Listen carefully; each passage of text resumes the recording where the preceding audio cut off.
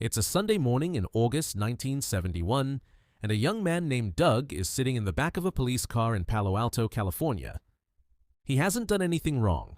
He knows that. He signed up for this. It's a psychology experiment. He'll earn $15 a day, and it's only supposed to last 2 weeks. He was randomly assigned the role of prisoner. The car pulls up to the Stanford University Psychology building. 2 officers lead him inside. What happens next, Doug will spend the rest of his life trying to explain. He's taken to a room, stripped, deloused with a spray, given a smock to wear, no underwear, and a number. From this point forward, he is not Doug. He is prisoner 8612. A guard hands him a heavy chain which is bolted to his ankle. The guard doesn't explain why. Doug doesn't ask. He's put in a cell. He sits down on the cot, and something changes. Forever. The experiment had started 2 days before Doug arrived. Researcher Philip Zimbardo, a professor at Stanford, wanted to understand something specific. Was the cruelty observed in real prisons a product of the kind of people who ended up there, or was it something the environment itself created? In other words, do cruel people end up in prison, or does prison make people cruel? To find out, he and his team recruited 24 ordinary college students. All of them were screened. All of them were psychologically stable, with no criminal history and no notable aggression. They were, by every measure, normal young men. Then they were randomly sorted into 2 groups, guards and prisoners, by the flip of a coin. The guards were given khaki uniforms, silver reflective sunglasses, the kind that prevent eye contact, and wooden batons. They were told they could do whatever they felt was necessary to maintain order, short of physical violence. They weren't given a script. They weren't trained. Zimbardo simply told them, maintain order. The prisoners were told nothing except that they would be under surveillance at all times. By day 2, a riot broke out. The prisoners barricaded themselves inside their cells. The guards, angry and caught off guard, responded by blasting a fire extinguisher through the bars. Then they stripped the ringleaders, put them in solitary, and started using psychological pressure, dividing prisoners into good and bad, handing out small privileges to some while punishing others, keeping them awake at night with random counts. What's striking is that none of this was planned. The guards invented it. Spontaneously, collaboratively. They figured out, on their own, exactly how to destabilize a group of people. Within 36 hours, one prisoner, not Doug, another young man, prisoner 8612, had a complete breakdown. He was crying uncontrollably, screaming, and displaying signs of severe psychological distress. The research team initially thought he was faking, trying to get out early. They didn't release him for hours. He wasn't faking. And this story gets even weirder. Zimbardo himself, by this point, had stopped being a researcher. He had become a prison superintendent.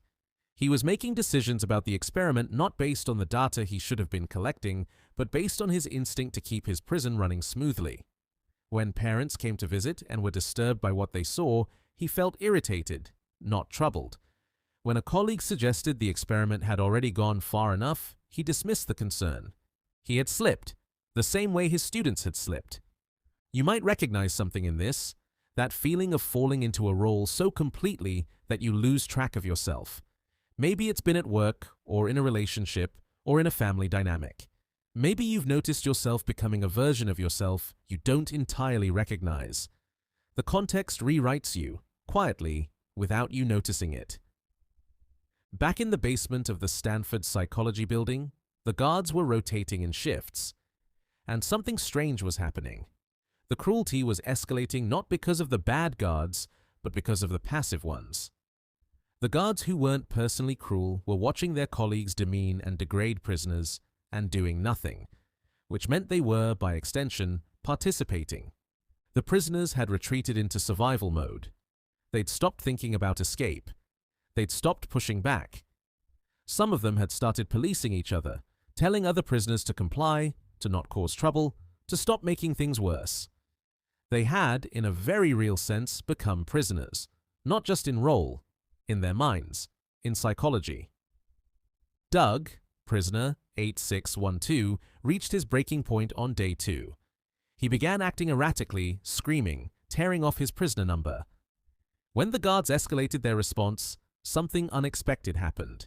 Other prisoners started telling him to calm down, to stop it, to not make things worse for everyone. The prison was running itself. By day 4, Zimbardo and his team had heard a rumor that there was going to be a mass breakout attempt. They moved the entire experiment to another floor. They waited. No breakout came. There never had been a plan. It had been a false rumor. But by this point, Zimbardo had spent hours reorganizing the experiment to prevent an escape that was never going to happen. Later, when recounting this, he would describe that moment as one of the clearest signs of how far gone he was. He had completely lost his scientific objectivity. He wasn't studying the prison, he was running one. On day 6, the experiment was supposed to last 14, a graduate student named Christina Maslach came to conduct interviews. She had recently started dating Zimbardo. She watched the guards march prisoners to the toilet at night with bags over their heads. She watched a prisoner sob in his cell. She walked out of the building and told Zimbardo, "What you're doing to those boys is a terrible thing." It was the first time anyone had said that to him clearly, directly, and without equivocation. He ended the experiment the next morning. If stories like this are the kind of thing you want more of, hitting subscribe takes 2 seconds, and it genuinely helps the channel keep going. Now, back to Stanford. When the participants were debriefed, the results were striking. The guards, the overwhelmingly majority of whom had no history of cruelty, were disturbed by their own behavior. Some had trouble reconciling what they'd done with who they believed themselves to be. The prisoners reported long-lasting psychological effects. Some of the men, decades later, still described the experiment as one of the most formative and disturbing experiences of their lives. What happened in that basement has a name, or rather, it has several, because the psychology it exposed touches multiple things at once. But the core of it is what researchers call situational attribution, the idea that human behavior is far more powerfully shaped by context and environment than we believe, and far less shaped by individual character. We tend to explain other people's behavior dispositionally. They acted that way because of who they are. They're aggressive, they're weak, they're cruel, they're cowardly. This is what psychologists call the fundamental attribution error, the tendency to overweight character and underweight situation when explaining what people do.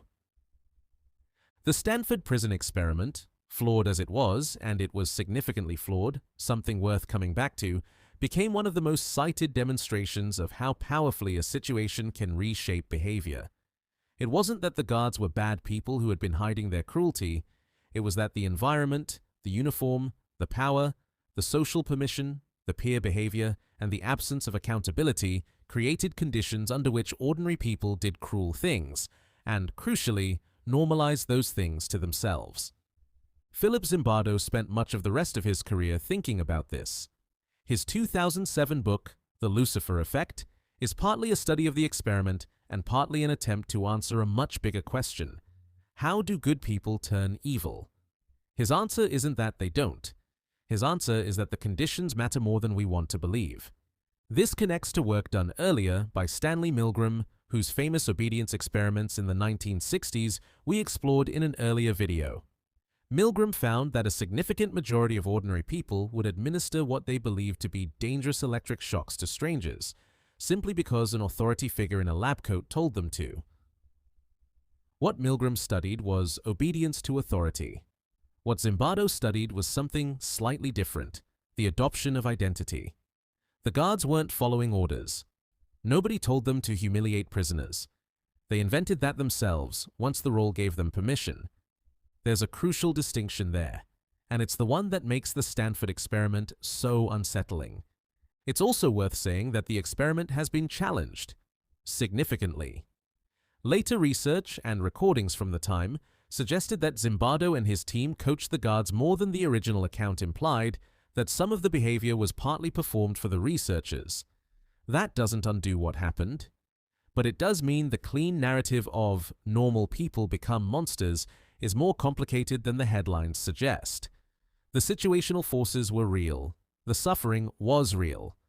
But human beings are also active agents, not just passive responders to their environment, and that tension matters. So where does this actually show up in your life? Not in a prison, almost certainly, never in a prison, but you have been handed uniforms. We all have. Think about the first time you were put in charge of something, a project, a team, a new job title, a family event. Did you notice yourself change? A small hardening, maybe. A tendency to be less patient with people who weren't performing. A version of yourself that was slightly less warm, slightly more transactional, because the role seemed to require it. You told yourself it was professionalism. And maybe it was. But maybe the role was also doing some of the work. Or think about the last time you were in the subordinate position, when you needed something from someone with more power than you. Did you find yourself performing compliance? Softening your language, hedging your concerns, not saying the thing directly? And did you notice that after a while, it stopped feeling like performance? That it just started to feel like who you were in that context? The guards didn't start the experiment thinking, I'm going to become someone I'm not. The prisoners didn't start thinking, I'm going to psychologically become a prisoner. The transformation happened through repetition, through the social signals of the environment, through what was rewarded and what was punished, through who else was doing what. The question the Stanford experiment leaves you with is this: how much of who you are right now is you, and how much of it is the room you're standing in? There's no clean answer to that, but it might be worth sitting with it for a moment. Thank you for spending this time with a story that I think genuinely deserves to be known, not just as a psychology case study, but as a question about how ordinary life works. If you found yourself recognizing something in it, I'd love to know what it was. Leave it in the comments below. If the story made you think, a like helps more than you'd expect. And if you want more of these, subscribe. There are a lot of them to tell.